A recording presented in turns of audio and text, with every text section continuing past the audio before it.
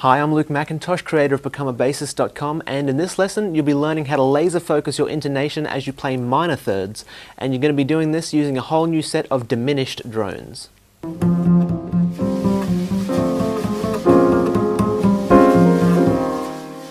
So this lesson, it's all about the minor third. Now in previous lessons when we've been doing kind of chord drone stuff, it's been a mixture of kind of major and minor thirds. For example, take the C major, C to the E is a major third, but E to the G is a minor third, and then G to the C is a perfect fourth. So you can see that these the kind of regular sounding chords are a mixture of both major and minor thirds. But this lesson, we're only going to be focusing on the minor third. Now, if you stack a whole bunch of minor thirds on top of each other, you get what's called a fully diminished chord, or sometimes just a diminished chord. And of course, they're right underneath this video as a download, so go ahead and download them. But when you do, you'll find that there's only 3 of them. Now, why is this? Well, diminished chords are what's called symmetrical chords. Every note in it can act as the root.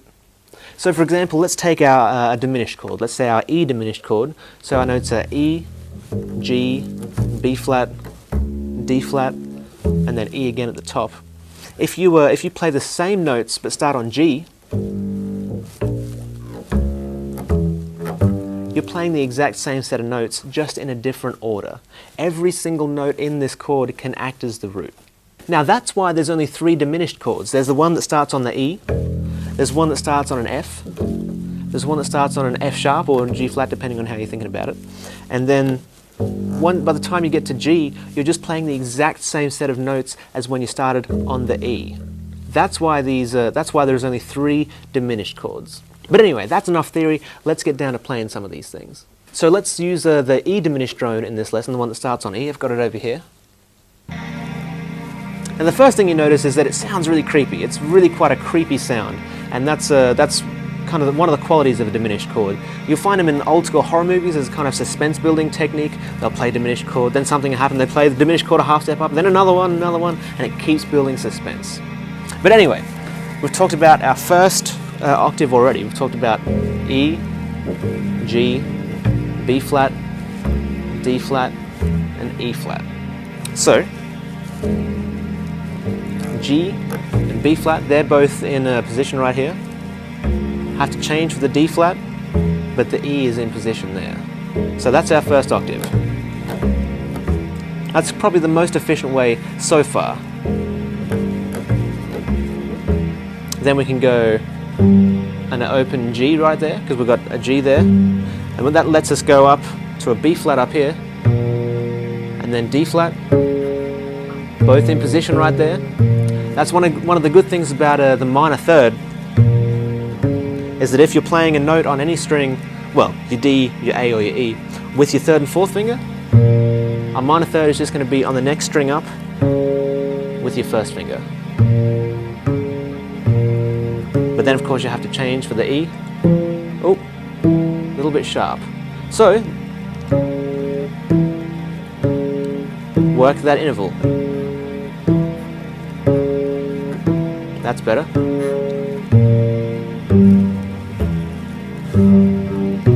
Oh, that's a bit sharp. Oh, that's a bit flat. There we go.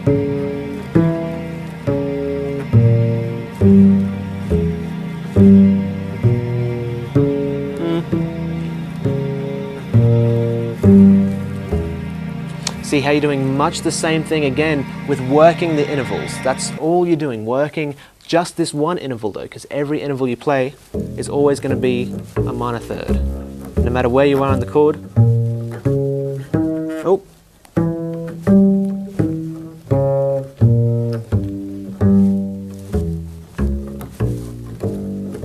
It's always going to be a minor third. Now you have tons of options to play with the diminished chords. You can go up one string, you can kind of go diagonally across, you can get to the G string as fast as you can and then go up there. There's tons of ways to find different ways of playing these same 4 notes. But let's try going kind of diagonally across the strings and up the neck, see how far we can go. So let's try E, G with the 1st finger, B flat here, D flat. Oh, There we go, so that D flat to E flat.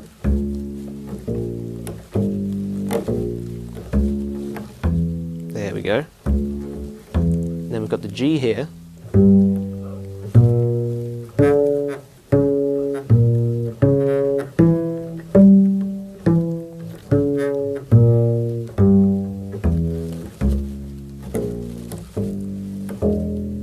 There you go. That's a pretty good way of playing it, because you got this open G kind of masks the shift to this B flat. It's that last shift that's going to be the last shift that's going to be the most troublesome, getting from this E up to that high G. But you can just kind of cheat a little bit and use that harmonic there. If you wanted to, you could jump up there. If you wanted to go even higher, jump up to the G with the thumb there, and then B flat.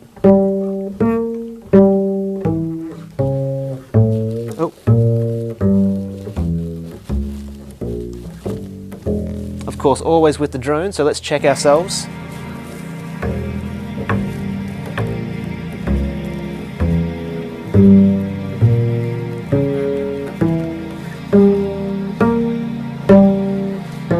Oh!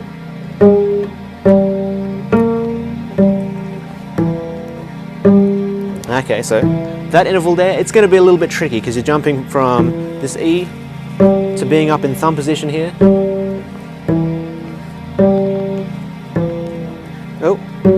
Oh, flat. That's good. Good. A little bit flat. A little bit sharp. Oh, a little bit sharp again. There we go. A little bit flat. See if I can lift my elbow up and fix it.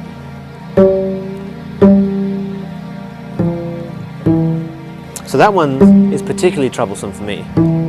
That's getting a bit better.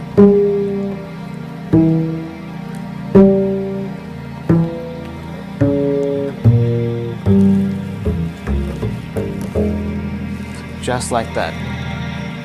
Notice we're doing much the same thing as we did with the minor chords and the major chords. We're finding the trouble places and working them over and over and over again. And you'll notice that it's always going to be in different places. So for example, that time it was from the E to the G and back down again. And that's a little bit tricky because you're going from kind of standard lower register playing up into thumb position playing. So that kind of shift is always going to be a little bit more troublesome than your average bear, say. And if you're not up to getting up in the thumb position yet, that's totally fine. Just go as high as you're comfortable and then just try and step that one step further. So if you're most comfortable getting up to this B flat, aim for the D flat. If you're comfortable getting up to the D flat, try aim for the E.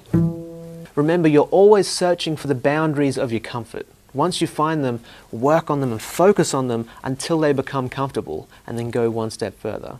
This is what's going to help so much when you find yourself played into a tricky situation. This new knowledge that you have and this new kind of knowledge of your fingerboard and intonation is going to make it so easy to play your way out of a situation that you may have played your way into. So to recap, you learned how to laser focus your intonation on a minor third using the diminished drones. And you also learned a little bit about diminished chords, why there's only 3 of them, all that kind of stuff. Next lesson, we'll be doing something very, very similar, but with a slightly different interval. In the meantime, go ahead and download the drones underneath this lesson and have a crack at them, see what you can do. This is actually probably one of my favorite exercises to do, along with the straight major chord triad. Those are probably my 2 favorite exercises in this whole kind of series. So go ahead and have a crack at them, because they're a whole lot of fun. Thank you so much for watching. I really do appreciate it. I'm Luke McIntosh, creator of BecomeABassist.com, and I will see you in the very next lesson.